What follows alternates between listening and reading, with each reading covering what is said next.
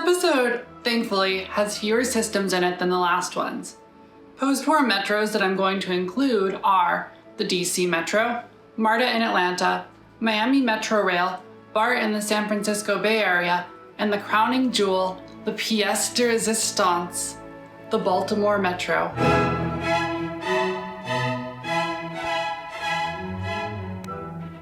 This story is also going to be told through our hometown hero, the WART Metro Ride. Who are we leaving out from this? Two systems. First is Cleveland's Red Line. The Red Line was built in the 1950s, but it was designed pre-war, and it didn't have the federal involvement of our later systems.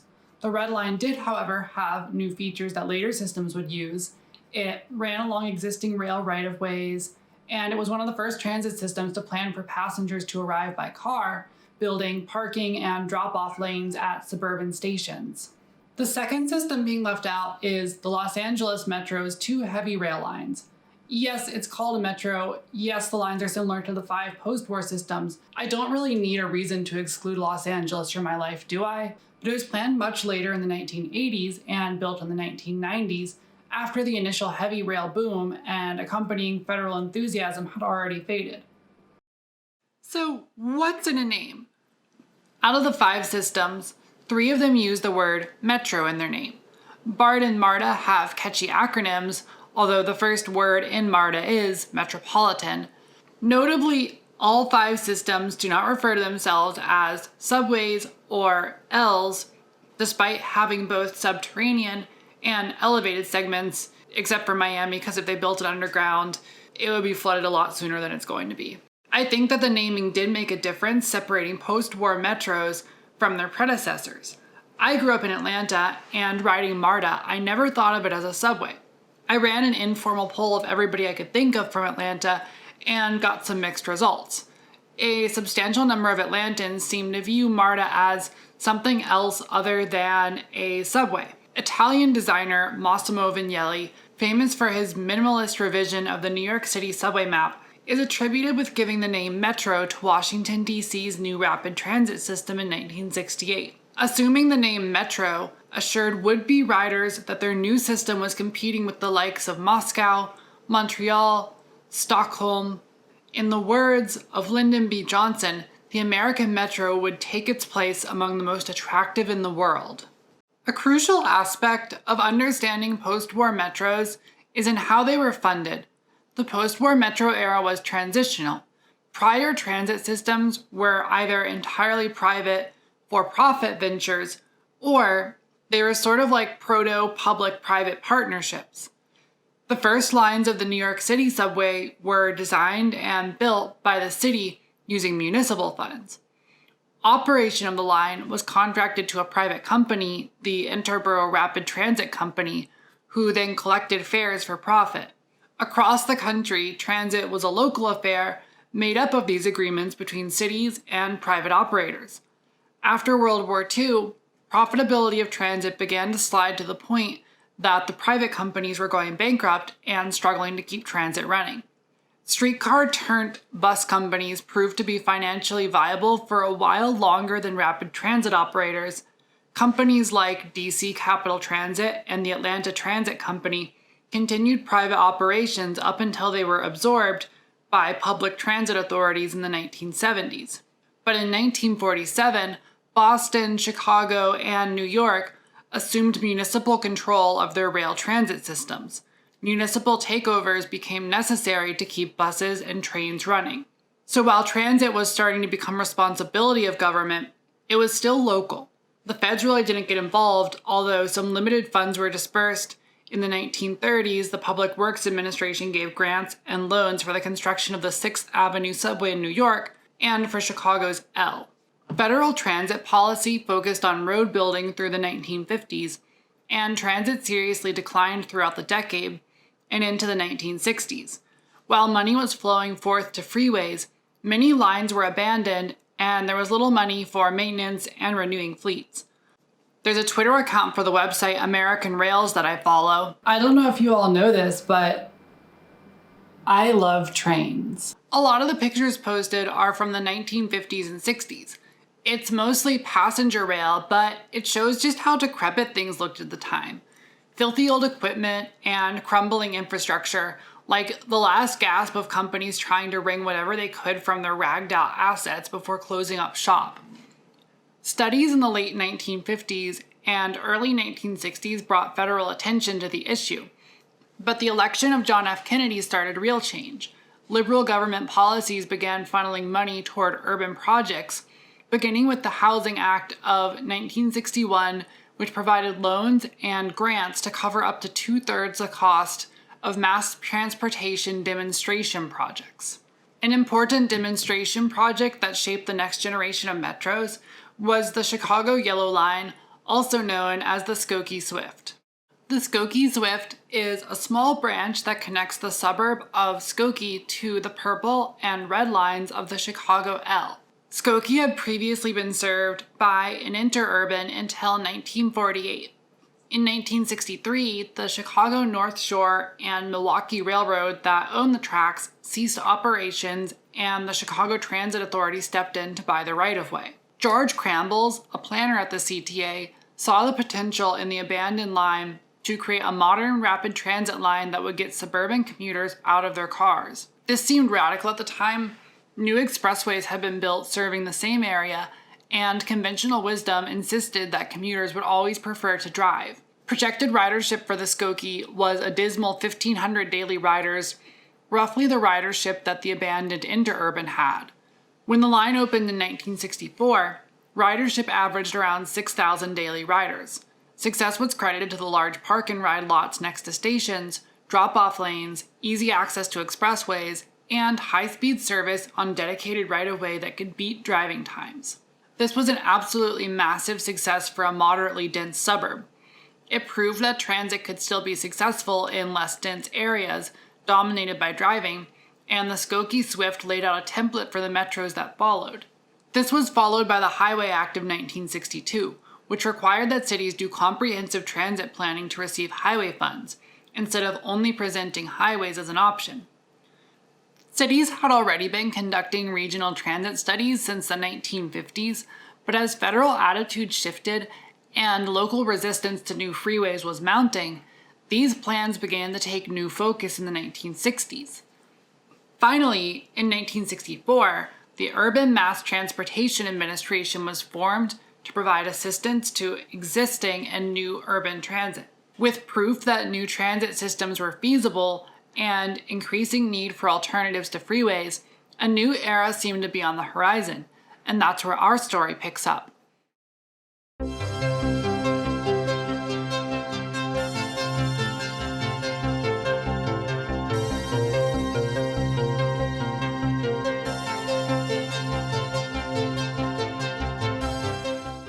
In the early 1960s, Washburn was very typical of a plucky mid-sized American city. Freeway construction had been in full swing through the 1950s. Washburn now had an outer perimeter, a downtown connector, and new expressways stretching far into the suburbs. Local opinion of freeway construction had begun to shift, however, and in some wealthier neighborhoods, grassroots coalitions were forming to block new freeways. With traffic worse than ever and highway construction requiring alternative studies, the Washburn Area Regional Planning Authority, WARPA, commissioned a study on rapid transit in 1965. The engineering and design firm, Larsons, Pinkerhoff, Jacob, Rest and Associates, was brought in to carry out the study, and in 1967, a proposal called the Washburn Region Rapid Transit System, WRTS, was released. Here's what it contained.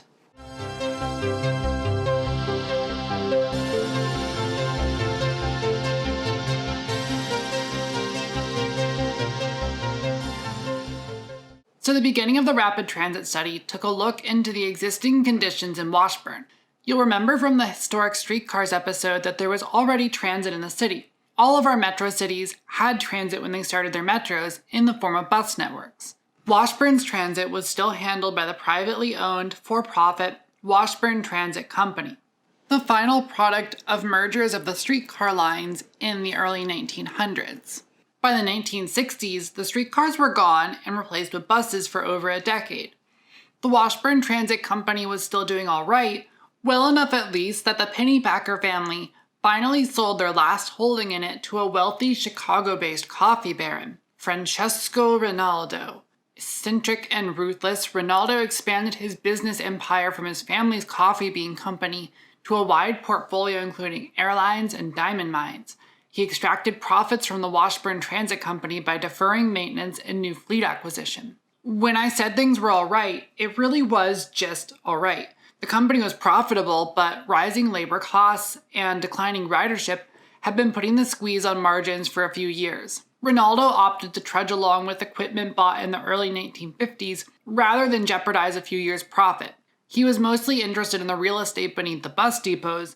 Riding the bus was still cheap, but if you want something more comfortable than a 10-year-old diesel with shot suspension and dirty cloth seats, you'll need to buy your own ride, and tens of thousands of people did.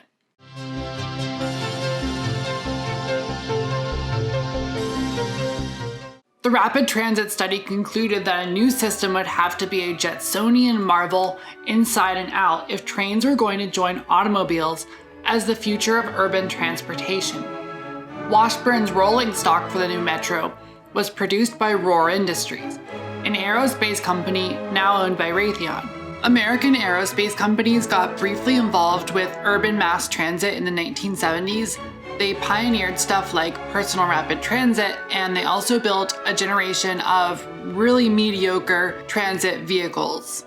Rohr built vehicles for DC and BART as well. The train sets were built to reflect their commuter rail, urban transit hybrid status. Seats were larger and wider, anticipating longer rides. Trains would be air-conditioned as well.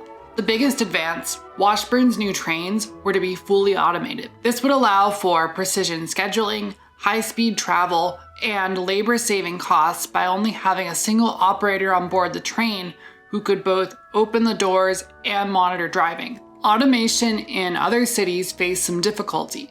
In the opening months of BART service, a train operating under automatic control was dubbed the Fremont Flyer after it ran off the end of the track at Fremont Station and into a parking lot. Automation issues continued to plague systems well after operations began. In 2009, 2 trains on the DC Metro collided, killing 9 and injuring about 80 people. Circuits had failed to detect a train on the tracks, and then automated train control dispatching gave the following train orders to proceed at maximum speed, causing it to rear end the first train.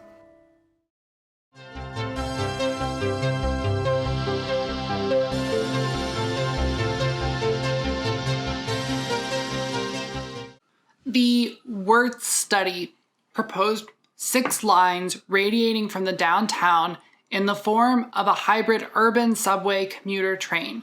Stations in the inner city would be close together and resemble pre-war subways.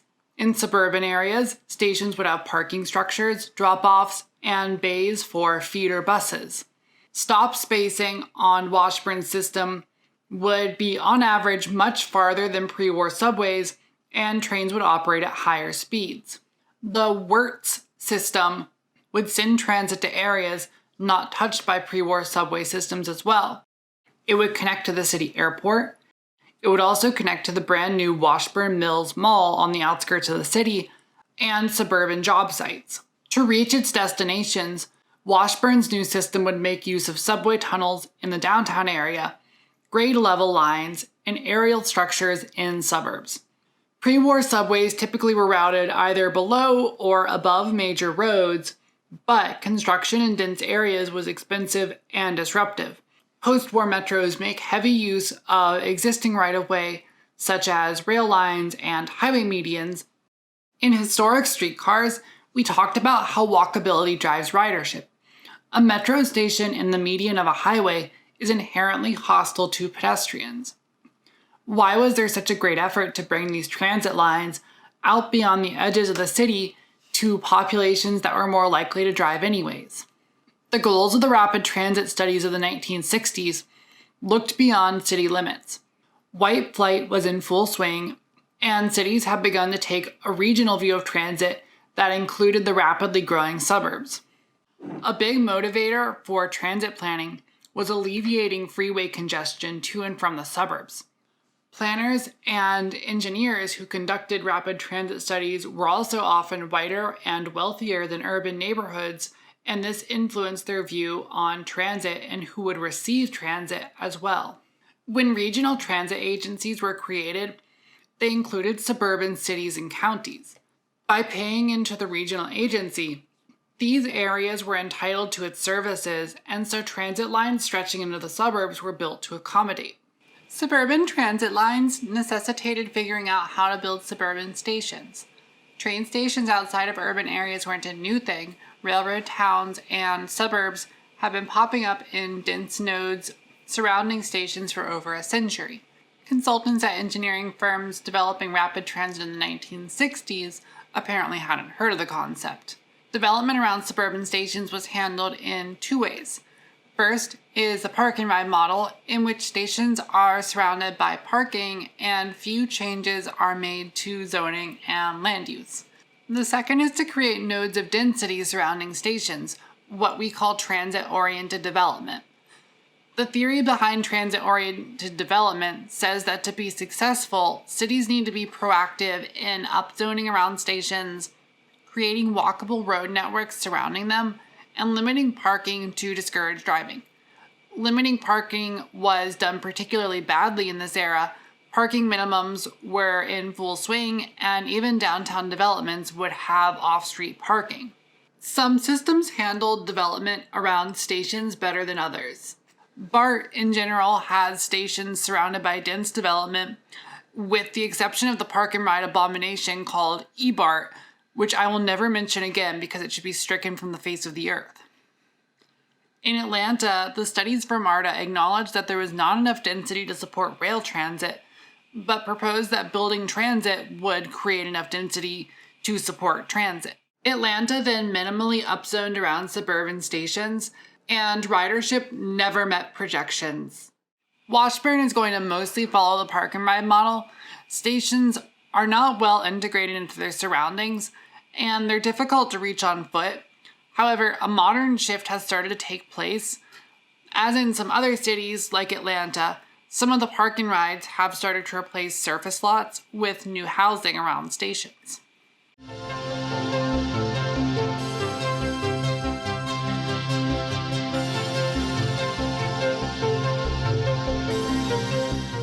After Blarson's, Pingerhoff, Jacob, Rest, and Associates delivered the rapid transit study, the city set to work creating an entity to build out the new system. In 1968, Washburn Area Rapid Transit was formed and tasked with building and operating the new transit system. This would be the first time that a public entity operated transit in Washburn. Bus operations would remain in the hands of the Washburn Transit Company. By the late 1960s, the newly formed Urban Mass Transportation Administration was distributing grants for new systems. These federal grants would cover up to 2/3 of the cost of construction. Transit grants still work in largely the same way. The Federal Transit Administration, which replaced the Urban Mass Transportation Administration, provides about 60 to 80% of the cost of construction, and local funds make up the rest.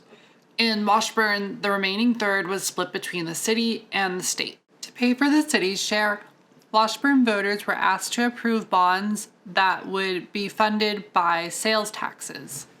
In hopes of appearing financially responsible, the transit system was cut down from its original plans into a Phase 1 and a Phase 2 to be built later. The cost of the system was estimated at $850 million and expected to be completed by 1977. Voters were asked to supply $140 million in funds in the referendum.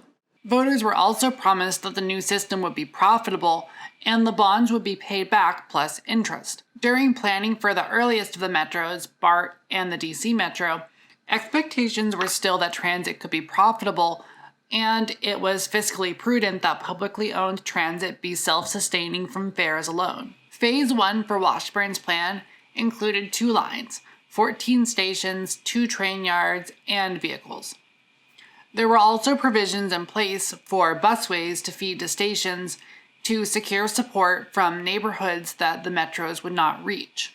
So what was cut from the plan? Well, the Second Western and Southeastern lines that would have reached the working class neighborhood of Homewood Park on one end and the wealthy suburb of Roland Park on the other. The Southern line was cut back from its original terminus at the airport, and the remaining Eastern line cut back from its terminus at Lake Covington to within the Washburn city limits after voters in Lake Covington opted not to join WART. Concerns around crime plagued metro projects and caused lines to be altered or canceled. Baltimore's metro lost its second heavy rail line after complaints about crime. It was replaced years later by a much slower and cheaper light rail line. The date for Washburn's referendum was set in 1970. There was one final thing that needed to be resolved before that, though. The new system could not be called WORTS. It needed to sound sleek and sexy. Of course it needs to sound sexy. Nobody's going to vote for a train unless it's sexy. Voters in the early 70s just elected Nixon, and they're gearing up to elect Reagan. They want to vote for something they can buck. And if the agency's going to be called WART, at least give the train a name that doesn't sound like you're going to need a prescription for a Miquimod when you're done. Riding off Washington, D.C.'s naming choice, the new Washburn transit system would be called Metro Ride. Like other cities serially chasing the one big thing, Atlanta, that will put them on the world stage, Atlanta, Washburn wanted to sound modern and sophisticated. Invoking European metropolitan aesthetics would do just that. The 1970 referendum passed, and with funding secured, contracts were awarded to Blarsons, Pinkerhoff, Jacob, Rust & Associates, and construction began in early 1972.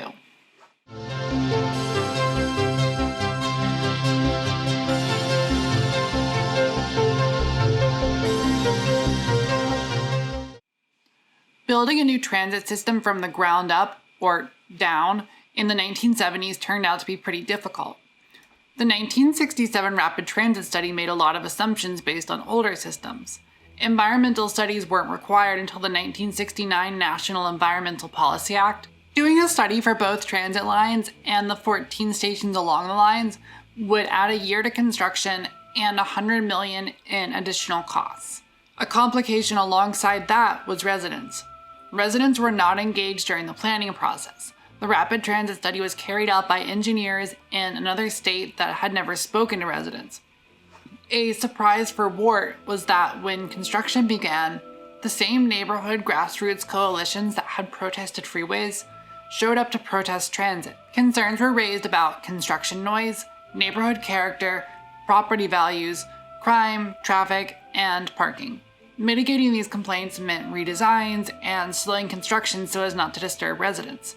In total, this added 6 months construction time and cost $25 million. Each of these delays individually was not a major burden, but there was one unexpected trend that blew the whole thing up for metros under construction across the country: inflation. The metro plans made in the late 1960s anticipated an average 5% inflation rate over the duration of the project. Inflation reached 12% in 1974 and remained high throughout the decade. DC Metro increased from an estimated total cost of $2.5 billion in 1969 to $5 billion when the first line opened in 1976. Not only were the original costs of construction rapidly increasing, but every delay compounded that increase as inflation soared. The fares expected to cover the cost of Metro Ride, and payback bonds were not keeping up with inflation. Raising fares to match inflation was also not feasible. The fare required to cover costs would make transit such a premium that commuters wouldn't leave their cars. To cover the rising costs, Washburn turned to its freeways. In 1973, Congress authorized cities to cancel sections of new interstate highways and move the money to transit projects. The local dollars would be matched at a lower rate for transit projects than highway projects, but it was still a win for transit funding and satisfied resident protests against freeways. Washburn began formally canceling sections of highway and reallocating that money toward Metro Ride construction. Another transit agency in Washburn was struggling with cost increases also. The Washburn Transit Company began struggling to operate at a profit in the late 1960s, and by the early 1970s, its finances were dire.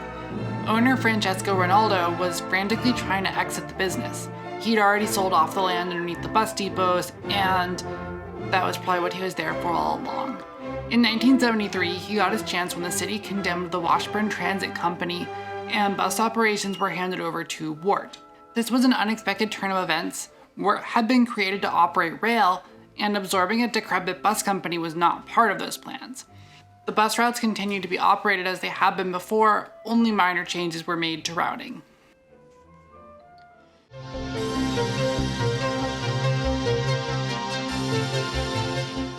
There was one other change made in this era that added unforeseen costs to WART Metro Ride and other early metros.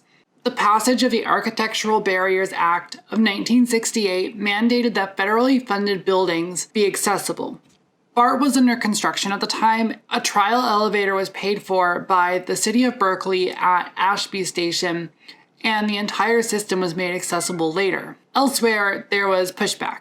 In DC, elevators were not planned as a part of the metro. WMATA managers feared that installing them would be too costly and delay opening, while architects hated the idea of elevators piercing the vaulted ceilings in stations. God forbid an architect consider human needs when designing their choo-choo pantheon. The general manager of the WMATA during construction, Jackson Graham, insisted that the metro was accessible enough already using escalators to get into stations. Graham went so far as to take a film crew out to Dulles Airport and ride up and down an escalator using crutches, leg braces, and finally a wheelchair to prove that stations were already accessible. In his view, people using mobility aids just needed training. Activists refused to accept this and other compromises like dial-a-ride services. In 1973, a judge sided with disability activists and ruled that no station in the DC Metro could open if it was not fully accessible. Speaking to the importance of accessible systems, Bay Area activist Harold Wilson said in 1972, "Accessible transportation is often the deciding factor between being dependent on society, friends, or family, and being independent within society. I'll never forget that sense of freedom I experienced boarding a BART test train for the first time."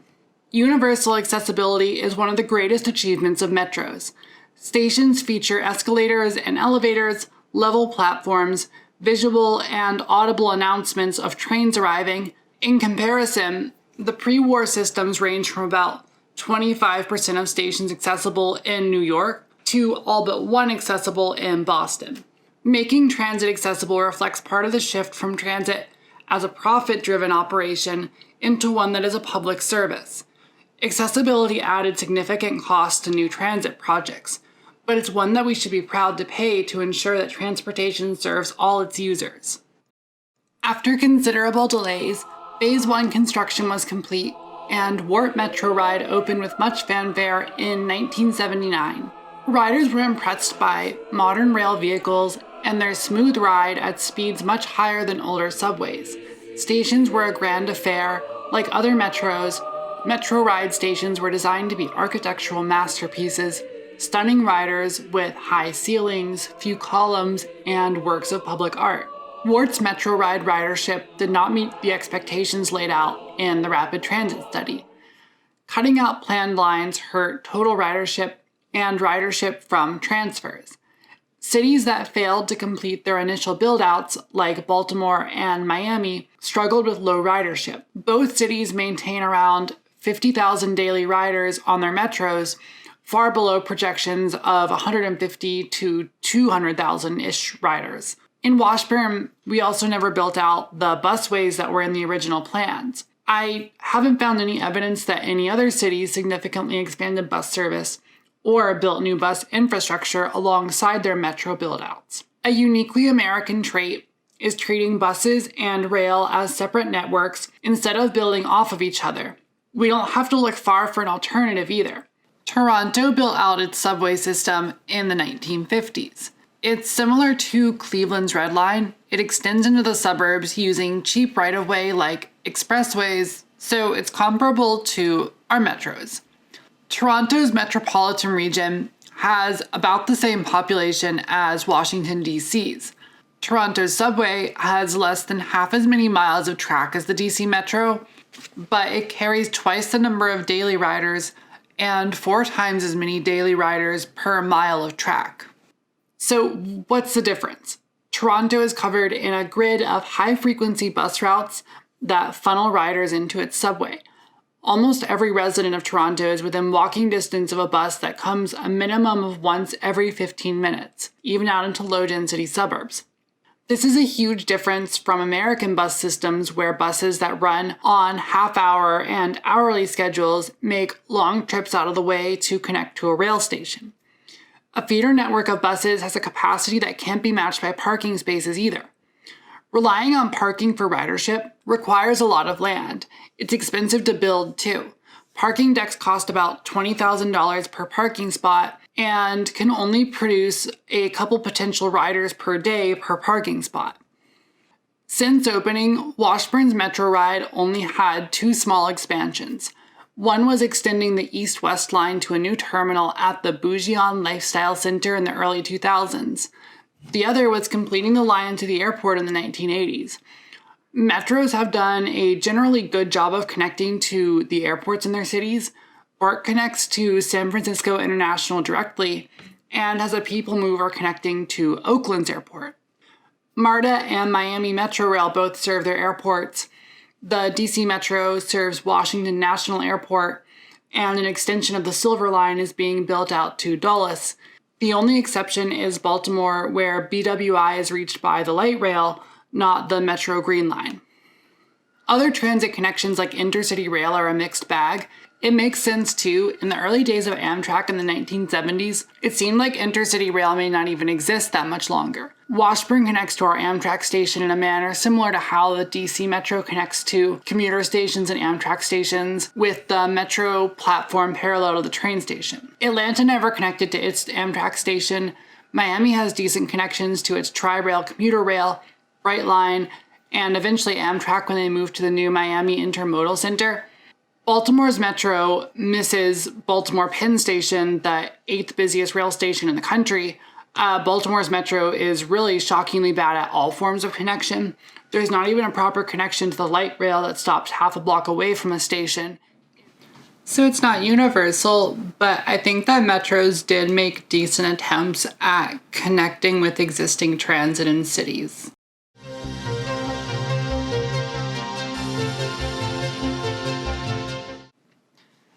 Okay, so let's wrap up with a story about MARTA and some promises it broke. Instead of making a fictional story in Washburn, I wanted to use a real one because I think it's important to spotlight history like this. I'm from Atlanta, born and raised, and MARTA is sort of my hometown team. It's probably the first train I ever rode, and I still have a soft spot for its fun retro aesthetic. I think it's especially important to tell this story because even though people like myself may feel love for a train good, or a transit system, these things are tools that have been used to harm communities, and it's important to look at them critically, like all things that we consume. When MARTA was created, it was tasked with presenting a plan to voters who would then approve local funding, which would be matched by federal funds. In 1968, a referendum was held and voters struck down the proposal.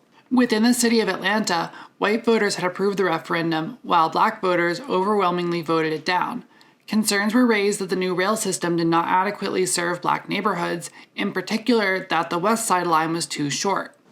In preparation for a new referendum in 1971, MARTA began making compromises to its plans. These included a guaranteed 15-cent fare for 7 years. Another compromise was that MARTA would be funded by sales taxes instead of income tax. If you remember high school econ, sales taxes are a regressive tax, and so they impact people with lower incomes more than wealthy people, so this was designed to win over suburban votes. The final part of the new package was a promise to residents of a public housing complex. Perry Homes was an 1,100-unit public housing complex in Northwest Atlanta, built in 1954 as segregated housing for black families. The original 1968 referendum plan had called for a busway connecting Perry Homes to the Ashby Street station on the West Side Line. This plan was upgraded to a fully fledged rail branch connecting Perry Homes. Okay, so I'm here editing in post. This is the first time I've opened up this scan in a little while, and immediately I saw the Perry Homes line is circled past Bankhead Station and notated with "not needed, please the mayor." This scan is from Georgia State University's archives, and it's been checked out of their library a couple times, so it's possible this was written on later, but I do think it's interesting just to see that written on there so plainly. Anyways, resume. Additional promises for new busways were made to other neighborhoods around Atlanta as well. In 1971, the new referendum was held, and this time it passed with support from Black voters. 15 years later, in 1986, the first phase of MARTA had been built except for the line to Perry Homes. Despite its promises, MARTA deprioritized the Perry Homes line, citing low projected ridership. However, MARTA began making plans in 1986 to extend the northern line along the median of the new Georgia 400 toll road up to the low-density but affluent white suburbs on the north side of Atlanta. Perry Homes residents protested, and MARTA formed a committee headed by its chairman, David Chestnut, to reach an agreement.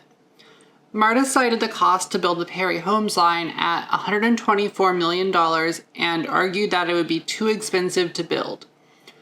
The new northern line was cited at $490 million.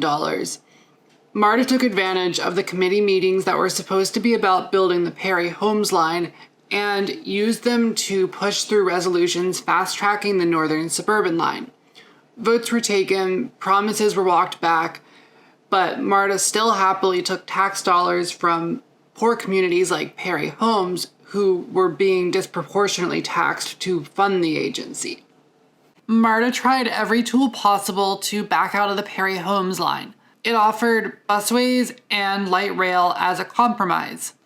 Perry Homes residents had few resources to advocate for fulfilling the line they had been promised in exchange for their votes in 1971. The president of the Perry Homes Tenant Association, Mary Sanford, was on the MARTA committee and led meetings with residents and tried to rally local leaders as well for their cause. MARTA's refusal to fulfill its promise came to a head in the summer of 1986. According to a later account, at a meeting with Perry Homes residents, MARTA chairman David Chestnut emphasized that the agency would not change its plans and told residents, "My honky ass rides the train and your black ass rides the bus."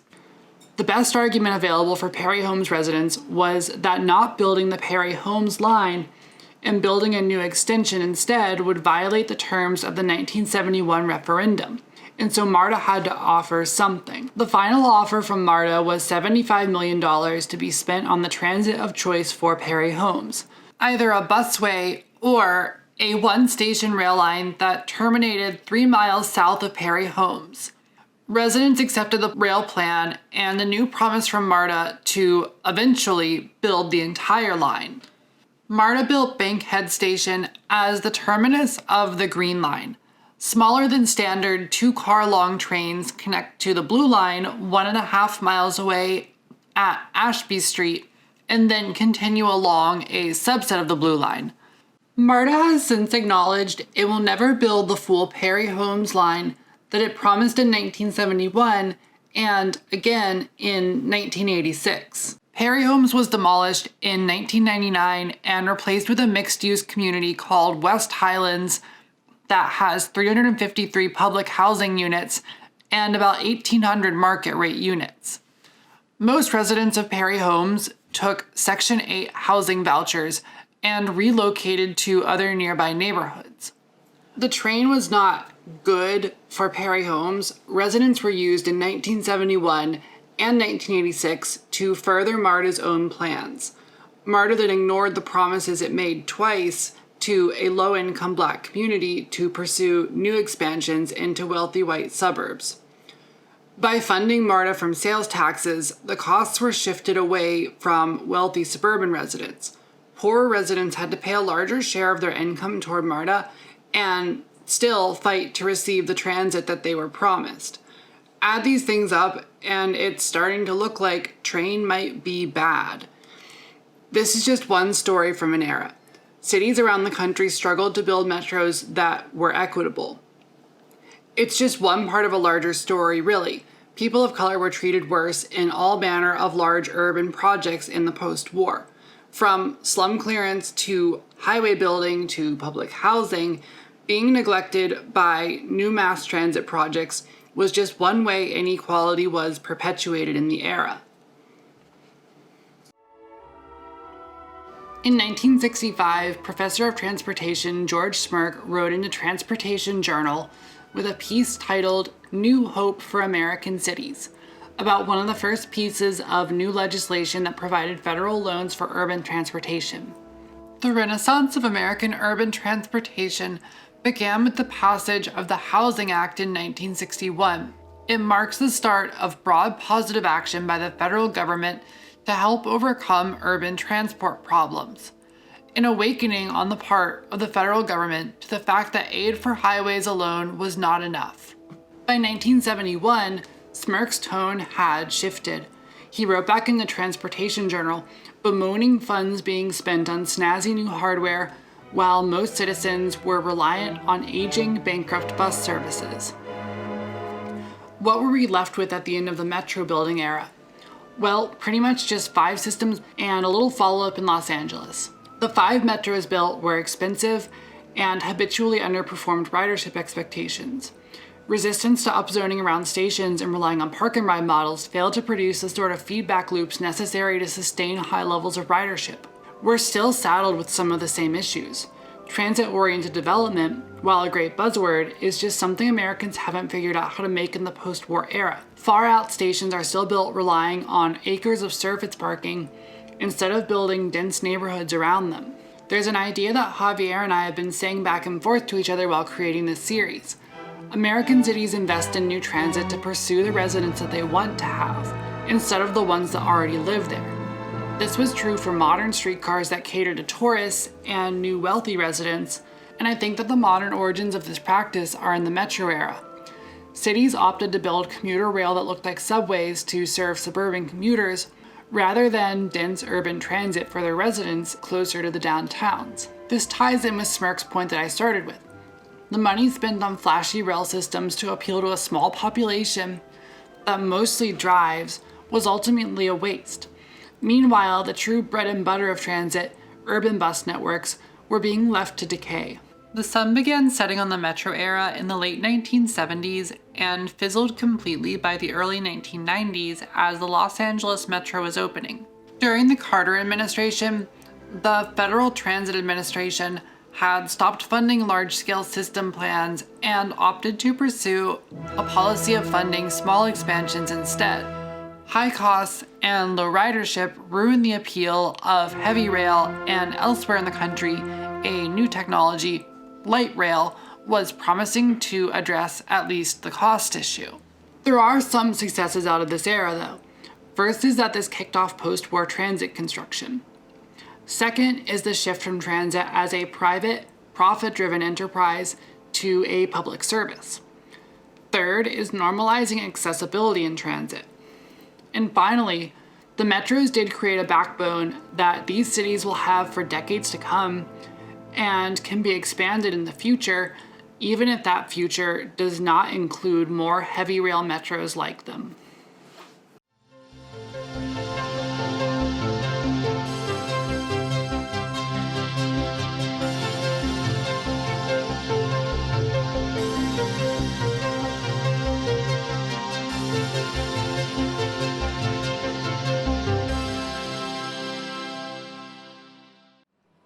The plans for the bonus episode are underway.